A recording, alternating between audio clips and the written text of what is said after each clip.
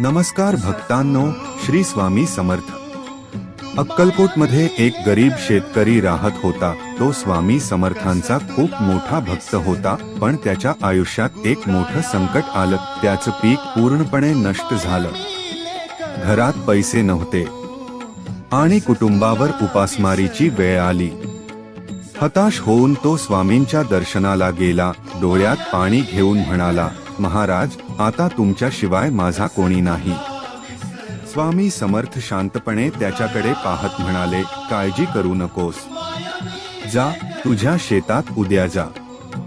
दुसऱ्या दिवशी तो शेतात गेला आणि त्याने जे पाहिले ते पाहून तो थक्क झाला। जिथे सगळं पीक वाळलं होतं, तिथे एका भागात हिरवंगार पीक उभं होतं। तेवढंच धान्य त्याच्या कुटुंबाला वर्षभर पुरेल इतकं होतं। त्या दिवशी त्याला समजलं, स्वामी आपल्या भक्तांना कधीच एकटे सोडत नाहीत। म्हणूनच भक्तांनो, अडचण कितीही मोठी असली तरी विश्वास सोडू नका, स्वामींवर श्रद्धा ठेवा। योग्य वेळी त्यांची कृपा नक्की होते। जर तुम्हालाही स्वामी समर्थांवर विश्वास असेल तर कमेंटमध्ये लिहा, श्री स्वामी समर्थ। आणि अशाच स्वामींच्या कथा ऐकण्यासाठी चॅनलला सबस्क्राईब करा। श्री स्वामी समर्थ।